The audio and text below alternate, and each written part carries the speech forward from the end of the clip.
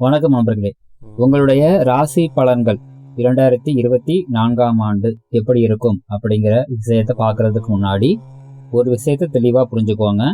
தயவு செஞ்சு விஸ்வரூபம் எடுக்க போறீங்க, உச்சத்தை தொட போறீங்க, இத்தனை வருஷம் கழிச்சு மிகப்பெரிய ஒரு சக்சஸ் பார்த்தீங்கன்னா உங்களுக்கு இருக்குது, ராஜயோகம் இருக்குது, விபரீத ராஜயோகம் இருக்குது, இனிமே உங்களை யாரும் ஜெயிக்கவே முடியாது, இனிமே நீங்க தான் டாப்பு, இது மாதிரி நான் சொல்லுவேன் அப்படின்னு சொல்லி நீங்க எதிர்பார்க்குறீங்க அப்படின்னா தயவு செஞ்சு இந்த பதிவை ஸ்கிப் பண்ணிட்டு போயிருங்க.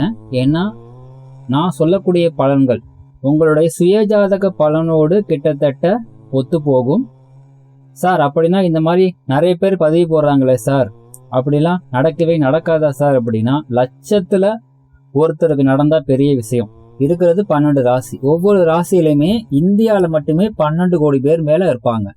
யோசிச்சு பாருங்க. ஒரு குறிப்பிட்ட ராசியை சொல்லி நீங்க கண்டிப்பா கோடீஸ்வரர் ஆயிருவீங்க இந்த வருஷம் அப்படின்னு சொல்லி சொன்னேன்னா, வருஷம் கோடீஸ்வரர்களுடைய எண்ணிக்கை தான் ஜாஸ்தியா இருக்கணும். இன்னைக்கு நாட்டில் உள்ள எல்லாருமே கோடீஸ்வரர்களாக தான் இருந்திருக்கணும். நிலைமை எப்படி இருக்குதுங்கிறத தெளிவா புரிஞ்சுக்கோங்க. அதனால கோடீஸ்வர யோகம், கூரையை பிச்சுக்கிட்டு கொடுக்க போகுது, இதையெல்லாம் சொல்லுவேன் அப்படின்னு சொல்லி எதிர்பார்த்து இந்த பதிவை கேட்காதீங்க. ஓகே, இந்த பதிவை பொறுத்தளவு 2 பகுதியா சொல்ல போறேன்.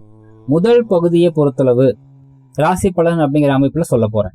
2ஆம் பகுதியில ஒரே ராசியில பிறந்திருந்தாலுமே லக்னம் மாறுபடும், உங்களுடைய கர்மா மாறுபடும், உங்களுடைய ஜாதகத்தில் உள்ள கிரக நிலைகள் மாறுபடும். ஸோ இதையெல்லாம் அடிப்படையா வச்சு என்ன மாதிரியான அமைப்புகள் உங்களுடைய ஜாதகத்துல இருந்தா பிளஸ் ஆன விஷயங்கள் உங்களுக்கு கிடைக்கும், மைனஸ் ஆன விஷயங்கள் கிடைக்கும் அப்படிங்கிறதையும் சொல்ல போறேன்.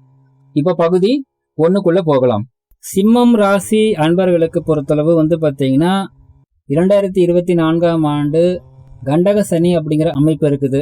2ஆம் இடத்துல கேது இருக்குது, 8ஆம் இடத்துல ராகு இருக்குது, 10ஆம் இடத்துல குரு வரப்போறார். ஆரம்பத்துல 9ஆம் இடத்துல இருந்தாலுமே ஏப்ரல் மாதம் முடிந்த பிறகு குரு பகவான் 10ஆம் இடத்துக்கு மாற போறார். ஸோ உங்களுக்கு 5ஆம் அதிபதி 10ஆம் இடத்துக்கு போறாரு, 8ஆம் அதிபதியுமான அவர் 10ஆம் இடத்துக்கு போறாரு. ஸோ இதுல பிளஸ் ஆன விஷயங்கள், மைனஸான விஷயங்கள், கோச்சார கிரக நிலைப்படி சிம்மம் ராசிக்கு ஒரு 50-50%, அதாவது 50% குட் அண்ட் 50% பேட் அப்படிங்கிற அமைப்புல இருக்குது. இதுல பிளஸ் ஆன விஷயம் என்னன்னா, குரு பகவான் உங்களுடைய ராசிக்கு 2ஆம் இடத்தை பாக்குறாரு, சுகஸ்தானமான 4ஆம் இடத்தை பாக்குறாரு, கடன் நோய் வம்புகளுக்கு தரக்கூடிய இடத்தை குரு பகவான் பார்க்கிறாரு. ஸோ இந்த விஷயங்களால உங்களுக்கு மற்ற கிரக நிலை, அதாவது 8ல ராகு, 2ல கேது, 7ல சனியால் இருக்கக்கூடிய நெகட்டிவ் அமைப்பை இந்த குரு பாத்தீங்கன்னா கண்ட்ரோல் பண்ணுவார். விச் மீன்ஸ் அதிகமா தாக்காம, அதாவது தலைக்கு வரக்கூடிய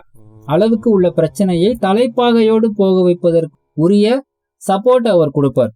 ஸோ இந்த தருணத்துல பொருளாதார நிலையில ஏற்றத்தாழ்வான நிலை அப்படிங்கிறது இருக்கும். ஸோ பாத்தீங்கன்னா சின்ன லெவல்ல நீங்கள் பாத்தீங்கன்னா கொடுக்கக்கூடிய வாக்குறுதிகளை உங்களால காப்பாற்ற முடியும். ஆனா பெரிய லெவல்ல கமிட் ஆயிட்டீங்கன்னா மாட்டிக்குவீங்க.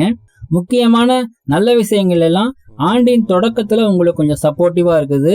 மே மாசத்துக்கு அப்புறமா அந்த சப்போர்ட் அப்படிங்கிறது கொஞ்சம் குறையுது. தொழில் மற்றும் வியாபாரத்தை பொறுத்தளவு பாத்தீங்கன்னா கண்டகசனி நடப்புல இருந்துகிட்டு பூர்வ புண்ணிய ஸ்தானத்தை பாத்தீங்கன்னா அவர் பாதிக்கக்கூடிய வகையில பார்வையை செலுத்துறாரு. ஸோ இதனால பெரிய முக்கியமான பெரிய விஷயங்கள்லாம் பண்றதுக்கு கொஞ்சம் அதிகமான சிரமங்கள் அப்படிங்கிறது இருக்கும். முதலீடு சின்ன லெவல்ல பண்றது, சின்ன லெவல்ல பண்ணக்கூடிய எல்லாமே சக்சஸ் பண்ணுங்க. அதாவது உங்களுடைய லாபம் சின்னது, முதலீடு சின்னது, செயல்பாடுகள் சின்னதுன்னா ஓகே. பெரிய இன்வெஸ்ட்மெண்ட், பெரிய பாத்தீங்கன்னா டாஸ்க், பெரிய கமிட்மெண்ட், இந்த மாதிரி பெரிய லெவல்ல போகும்போது இது உங்களுக்கு தொந்தரவு அதிகமாக கொடுக்கும். வேலையில இருக்கிறவங்களுக்கு பாத்தீங்கன்னா ரொம்ப பெரிய ஒரு எதிர்பார்ப்பெல்லாம் எதிர்பார்த்துக்கிட்டு இருக்காதீங்க. ஒரு நார்மலான ஒரு வேலை இருக்கக்கூடிய ஒரு காலகட்டமாக தான் இருக்கும். முக்கியமா பாத்தீங்கன்னா கணவன் மனைவி இடையே பாத்தீங்கன்னா கொஞ்சம் சண்டை சச்சரவுகள் அப்படிங்கிறது அதிகமாகும். ஏன்னா குடும்பஸ்தானத்துல கேது உட்கார்றதுனால கவனமா இருக்கணும். எக்ஸ்ட்ராவா கொஞ்சம் பேசுனீங்க அப்படின்னா சண்டை சச்சரவை ஜாஸ்திப்படுத்துரும். கோவப்பட்டு கத்துனீங்க அப்படின்னா தற்காலிக பிரிவினை கொடுத்துரும். மறுபடியும் கோவப்பட்டு காத்துனீங்கன்னா டைவர்ஸ் வரைக்கும் போறதுக்கூடிய ஒரு அமைப்புகள் கூட உண்டு. ஸோ இந்த காலகட்டத்தில் பொறுமையை காத்தீங்க அப்படின்னா, அதாவது என்னதான் வாழ்க்கை துணை உங்களை ரொம்ப டிஸ்டர்ப் பண்ணாலுமே பொறுமையை கடைபிடிக்க வேண்டிய ஒரு காலம். அதாவது பிளஸ்ஸான விஷயம் என்னதான் ஒரு பக்கம் கஷ்டம் இருந்தாலும் இன்னொரு பக்கம் ஜாலியாகவும் இருக்க வச்சிரும். கஷ்டம் இருக்கத்தான் செய்யுது, வேற என்ன பண்றது அப்படின்னு சொல்லிட்டு கஷ்டத்தையும் கொடுக்கும் சமாளிக்கிறதுக்கு, மறந்து வெளியே வர்றதுக்கு, நீங்க ஜாலியா இருக்கிறதுக்கு தேவையான விஷயத்தையும் உங்களுக்கு கொண்டாந்து கொடுத்துரும். ரொம்ப முக்கியமா கவனத்துல கொள்ள வேண்டியது, அந்த ஜாலியா இருக்கும் பொழுது ஏதாவது தவறு பண்ணிட்டீங்கன்னா அந்த தவறை வச்சுக்கிட்டே பாத்தீங்கன்னா உங்களுடைய பிரச்சனையை அதை இன்க்ரீஸ் பண்ணி கொடுத்துரும். மாட்டினாண்டா அப்படின்னு சொல்லிட்டு உங்களை பிடிச்சி கிழிச்சு எடுத்துரும். நீங்கள் எடுக்கக்கூடிய சில முக்கியமான முடிவுகளை வச்சு உங்களை பாத்தீங்கன்னா நாக்க பிடிச்சி வெளியே துருத்திரும். ஆரோக்கியத்தை பொறுத்தளவு ரொம்ப ரொம்ப கவனமா இருக்கணுங்க. அஜீரணமான கோளாறு, வயிறு சம்பந்தப்பட்ட பிரச்சனைகள் மற்றும் உணவு சார்ந்த விஷயத்துல ரொம்ப கவனமா இருக்கணும். ரொம்ப முக்கியமா பாத்தீங்கன்னா மற்றவங்களுடைய விஷயத்துல போய் தலையிடாதீங்க. வண்டி வாகனங்கள்ல போகும்போது கொஞ்சம் கவனமாவே போங்க. முக்கியமா நைட் டயத்துல போகும்போது ரொம்ப ரொம்ப முக்கியமானது. அதே சமயம் பாத்தீங்கன்னா ஒரு வீடு வாங்கக்கூடிய ஒரு அமைப்பு, வீடு கட்டக்கூடிய ஒரு அமைப்பு, அந்த மாதிரி தருணத்துல எல்லாம் பாத்தீங்கன்னா டாக்குமெண்டேஷன் எல்லாம் கரெக்டா இருக்கான்னு பாத்துக்கோங்க. ரொம்ப ரொம்ப முக்கியம். இது சார்ந்து சுப பலங்கள் அப்படிங்கிற பட்சத்துல திருமணத்தை பாத்தீங்கன்னா கொஞ்சம் கஷ்டப்பட்டு பண்ற மாதிரி இருக்கும். ஏன்னா 7 சனி இருக்கும் பொழுது 7ஆம் இடம் சொல்லக்கூடியது திருமணஸ்தானம். அந்த இடத்துல சனி உட்காரக்கூடிய தருணத்துல திருமணத்தை பாத்தீங்கன்னா ஜவ்வு மிட்டாய் மாதிரி ரொம்ப கஷ்டப்பட்டு தான் இழுத்து பண்ற மாதிரி இருக்கும். ஈஸியா டக்குன்னு ஆரம்பிச்சோம் டக்குன்னு முடிஞ்சோம் அப்படிங்கிற மாதிரி இருக்காது. அப்படி டக்குன்னு ஆரம்பிச்சு டக்குன்னு முடியுது அப்படின்னா அதுக்கு பின்னாடி அந்த திருமண வாழ்க்கையில் கொஞ்சம் கசப்பு ஜாஸ்தியா இருக்கும்னு அர்த்தம். ஸோ ஒரு விதத்துல அந்த திருமணம் கொஞ்சம் கஷ்டப்பட்டு பண்றது நல்லது. அடுத்ததா சிம்ம ராசி அப்படின்னாலே ஓவர் பில்டப் தான். ஏன்னா பாத்தீங்கன்னா சிம்மம் அப்படின்னா சூரியனுடைய ஒரு ராசி. சூரியன் பாத்தீங்கன்னா ஆட்சி பலம் பெறக்கூடியது, மூலத்திரிகோண பலம் பெறக்கூடிய ஒரு ராசி. ஸோ அப்படினால பாத்தீங்கன்னா அவங்க சொல்லுவாங்க இல்லையா, உங்களை சுத்தி ஒரு 4 பேர் எப்பவுமே உங்களை புகழ்ந்து தள்ளிக்கிட்டே இருப்பாங்க. அந்த புகழுக்கு மயங்கி நிறைய பிரச்சனைகள மாட்டக்கூடிய ஒரு மிக முக்கியமான ராசி அப்படின்னா சிம்ம ராசி தான். அதாவது பில்டப் கொடுத்தே சொல்லுவாங்க இல்லையா, என்ன ரணகளை படுத்திட்டீங்களேப்பா அப்படின்னு சொல்லிட்டு. அது மாதிரி பாத்தீங்கன்னா ஓவர் பில்டப் கொடுத்தே உங்களை சாட்சி விட்டுருவாங்க. ஸோ அதனால இந்த காலகட்டத்தை பொறுத்தளவு 2024ஆம் ஆண்டு பொறுத்தளவு தயவு செஞ்சு இந்த புகழுக்கு மயங்காதீங்க. நீங்க அப்படிங்க, நீங்க இப்படிங்க, நீங்க வல்லவருங்க, நல்லவருங்க, சரி அப்படின்னு சொல்லி காதுல ஒரு பக்கம் வாங்கிட்டு இன்னொரு பக்கம் தூக்கி போட்டு போய்கிட்டே இருங்க. அந்த புகழுக்கு மயங்கினீங்கன்னா உங்கள்கிட்ட கையில இருக்கிறதையும் கரைச்சி விட்டுரும் இந்த 2024ஆம் ஆண்டு. ரொம்ப முக்கியமா பாத்தீங்கன்னா சில முக்கியமான இடத்துல தேவையில்லாம வாலண்டரியா என்னப்பா நான் இருப்பா நான் பேசுறேன் அப்படின்னு சொல்லிட்டு போய் நின்னீங்க அப்படின்னா உங்களை பேச வச்சிரும். கண்டிப்பா பேச வச்சிரும். பேச வச்சதுக்கு அப்புறமா ஏன்டா பேசணும் அப்படின்னு சொல்லிட்டு உங்களை நீங்களே பாத்தீங்கன்னா வருத்தி கொள்ளும்படியான சூழ்நிலையும் ஏற்படுத்தி கொடுத்துரும். ரொம்ப ரொம்ப முக்கியமா 2024ல கப்சிப்னு கம்முன்னு அமைதியா இருக்கணும். யாராவது ஒருத்தர் அவர் பண்ணிடுவார்ப்பா, அவர் இவ்வளவு பெரிய ஆள் தெரியுமா, அவர்லாம் பாத்தீங்கன்னா அப்படி நீ கேட்கவே வேணாம், அவர் பேரை போட்டுக்கோ, அவரே இறங்கி எல்லாத்தையும் பாத்துக்குவார் அப்படின்னு சொன்னாங்கன்னா கௌரவத்தை பார்த்துக்கிட்டு ஆமா நான் பண்ணிடுறேன் அப்படின்னு சொல்லி வாக்கு தந்துடக்கூடாது. 24ல இந்த பிரச்சனையில நீங்க மாட்டிக்கிட்டீங்க அப்படின்னா அதுல இருந்து வெளியே வர்றதுக்கு உங்களுக்கு 5 வருஷம் மேல ஆயிரும். ஸோ அதனால இந்த காலகட்டத்துல நீங்கள் எடுக்கக்கூடிய ஒரு சின்ன ஒரு தவறான முடிவு கூட அடுத்த 5 வருஷம் உங்களை கொஞ்சம் கிழிச்சு எடுத்துரும். அப்படிங்கிறதுனால தயவு செஞ்சு பொறுமையை கடைபிடிக்கணும், மௌனத்தை கடைபிடிக்கணும். தேவையில்லாம வாலண்டரியா போய் யார்ட்டையும் எதுக்கும் பேசக்கூடாது, வக்காலத்தை வாங்கக்கூடாது, சிபாரிசு கொடுக்கக்கூடாது. இதெல்லாம் ரொம்ப முக்கியம். பட் இதையெல்லாம் தாண்டி சுயஜாதகம் அப்படிங்கிறது ஒன்று இருக்குது. அதாவது என்னதான் கொஞ்சம் கவனமா இருங்க அப்படி இருங்கன்னு சொன்னாலுமே சுயஜாதகம் நல்லா இருக்குது, கிரக நிலைகள் சூப்பரா இருக்குதுன்னு வைங்க, டோன்ட் வரி, எந்த பக்கம் போனாலும் உங்களுக்கு சக்சஸ். சுயஜாதகம் சரியில்லை, தசாபுத்தி நிலை சரியில்லை, கிரக நிலை உங்களுடைய ஜாதகத்துல சரியில்லை அப்படின்னா நான் இப்ப சொன்னது அப்படியே 4 மடங்கு ஜாஸ்தியாக கூட அது செஞ்சிடும். சில பேர் உங்களுடைய ராசியை சொல்லி உங்களுக்கு கோடீஸ்வர யோகம் இருக்குது, இத்தனை வருஷம் கழிச்சு ராஜயோகம் உங்களுக்கு வருது, உச்சந்தோட போறீங்க, விஸ்வரூபம் எடுக்க போறீங்க, இது சவால், இது உங்களுக்கு நடந்தே தீரும் அப்படின்னு சொல்லப்பட்டிருந்தா தயவு செஞ்சு அதையெல்லாம் நம்பி அகலக்கால் வச்சு ஏமாந்து கஷ்டப்படாதீங்க. என்னதான் உங்களுக்கு நெகட்டிவான அமைப்பு பாத்தீங்கன்னா ஆல்மோஸ்ட் உங்களுக்கு சொல்லப்பட்டாலுமே அந்த அமைப்புகளையும் தாண்டி உங்களுடைய சுயஜாதகத்துல உள்ள கிரக நிலையை பொறுத்து உங்களுக்கு சுப பலங்கள் எப்படி கிடைக்கும், எவ்வளவு கிடைக்கும் அப்படிங்கிறத நீங்களே தெரிந்து கொள்ளக்கூடிய ஒரு வகையில தான் உங்களுக்கு பகுதி 2 சொல்ல போறேன். பகுதி 2க்குள்ள போகலாம். பகுதி 2 பொறுத்தளவு இப்ப நான் உங்களுக்கு பேக்ரவுண்ட்ல ஒரு சார்ட் அப்பப்போ வந்துட்டு போகும். அந்த சார்ட்ல ஒவ்வொரு கட்டத்திலையும் நன்மை எந்த அளவு தீமை எந்த அளவு அப்படிங்கிறத பெர்சன்டேஜ் வைஸ் குறிப்பிட்டிருப்பேன். இது எல்லாமே பாத்தீங்கன்னா நல்லா கேட்டுக்கோங்க, ராசியை பேஸ் பண்ணி நான் உங்களுக்கு கொடுக்கல. உங்க ராசி எதுவாக வேண்டுமானாலும் இருக்கலாம். உங்களுடைய லக்னம் எதுவாக வேண்டுமானாலும் இருக்கலாம், உங்களுடைய நட்சத்திரம் எதுவாக வேண்டுமானாலும் இருக்கலாம். ஆனா இந்த இடங்கள்ல கிரகங்கள் கனெக்ட் ஆகுதுன்னா அந்த கிரகங்கள் தரக்கூடிய நன்மைகள் எப்படி இருக்கும், எவ்வளவு பெர்சன்டேஜ் இருக்கும், தீமைகள் எப்படி இருக்கும், எந்த அளவுக்கு இருக்கும் அப்படிங்கிறத நான் உங்களுக்கு கொடுத்துருக்கேன். ஃபார் இப்போ எக்ஸாம்பிள் வந்து பார்த்தீங்கன்னா மேசம் அப்படிங்கிற இடத்துல வந்து பார்த்தீங்கன்னா 100% நல்லது, 150% கெடுதல் அப்படிங்கிறது கொடுத்துருக்கேன், பேட் அப்படின்னு. ஸோ விச் மீன்ஸ் இந்த இடத்துல சுபகிரகங்கள் கனெக்ட் ஆனிச்சுன்னா அதனால் உங்களுக்கு கிடைக்க வேண்டிய நன்மை நிச்சயமாக கிடைக்கும். அசுப கிரகங்கள் கனெக்ட் ஆனிச்சு அப்படின்னா 150%, அதாவது நன்மையை விட அதிகமான அளவு தீமை அப்படிங்கிறது உங்களுக்கு கிடைக்கும். இதுங்க வந்து சுபகிரகங்கள் அப்படிங்கிறது உங்களுடைய ராசிக்கும் உங்களுடைய லக்னத்துக்கும் சுபகிரகங்கள்னு அர்த்தம். அதே மாதிரி அசுப கிரகங்கள் அப்படிங்கிறது உங்களுடைய ராசிக்கும் உங்களுடைய லக்னத்துக்கும் அசுப கிரகங்கள் அப்படின்னு அர்த்தம். சரிங்களா? ஸோ மேசத்துல சூரியன் இருக்குது, அதாவது இந்த இடங்கள்ல வந்து பார்த்தீங்கன்னா உங்களுக்கு சுபகிரகங்கள் அப்படிங்கிறது என்ன அப்படிங்கிறது நீங்கள் நெட்டில் தேடி பார்த்துக்கலாம். ஸோ மேசத்தில் சூரியன் இருக்குதுன்னா உங்களுக்கு நன்மை உங்களுக்கு உண்டு. பொருளாதார ரீதியாக முக்கியமாக வந்து பார்த்தீங்கன்னா அப்பா, மாமனார், முதல் மகன், இது கவர்மெண்ட் வேலை ரீதியாக உங்களுக்கு ப்ளஸ்ஸான விஷயங்கள் அப்படிங்கிறது உண்டு. இதே இங்கே ராகு இருக்குது அப்படின்னா கெடுதலான ஒரு சூழலும் உண்டு. ஸோ அப்படிங்கிற பட்சத்தில் அதுக்கு பரிகாரங்கள் பண்ணிக்கிறது நல்லது. அடுத்ததாக ரிஷபத்தில் பார்த்தீங்கன்னா அப்படின்னா உங்களுக்கு வந்து 200% உங்களுக்கு நன்மை கொடுத்துருப்பேன், 50% தான் உங்களுக்கு தீமை கொடுத்துருப்பேன். ஸோ விச் மீன்ஸ் வந்து பார்த்தீங்கன்னா இங்கே சுபகிரகங்கள், அதாவது குரு பகவான், சுக்கிர பகவான், அதனால் உங்களுக்கு கிடைக்கக்கூடிய நன்மைகள் அப்படிங்கிறது ஜாஸ்தி. இன்கேஸ் உங்களுக்கு சுக்கிரன் வந்து பார்த்தீங்கன்னா உங்களுடைய ஜாதக அமைப்பின்படி தீமை தரக்கூடிய கிரகம்னு வைங்க, அப்போ உங்களுக்கு தீமையும் 200% இருக்குங்கிறத புரிஞ்சுக்குவாங்க. அடுத்ததா மிதுனத்தை பொறுத்தளவு நன்மை 50%, கெடுதல் 100% கொடுத்துருப்பேன். அதே மாதிரி தான் வந்து பார்த்தீங்கன்னா துலாமுக்கும் கொடுத்துருப்பேன். ஸோ துலாமும் இதுவும் கிட்டத்தட்ட சேம் தான்.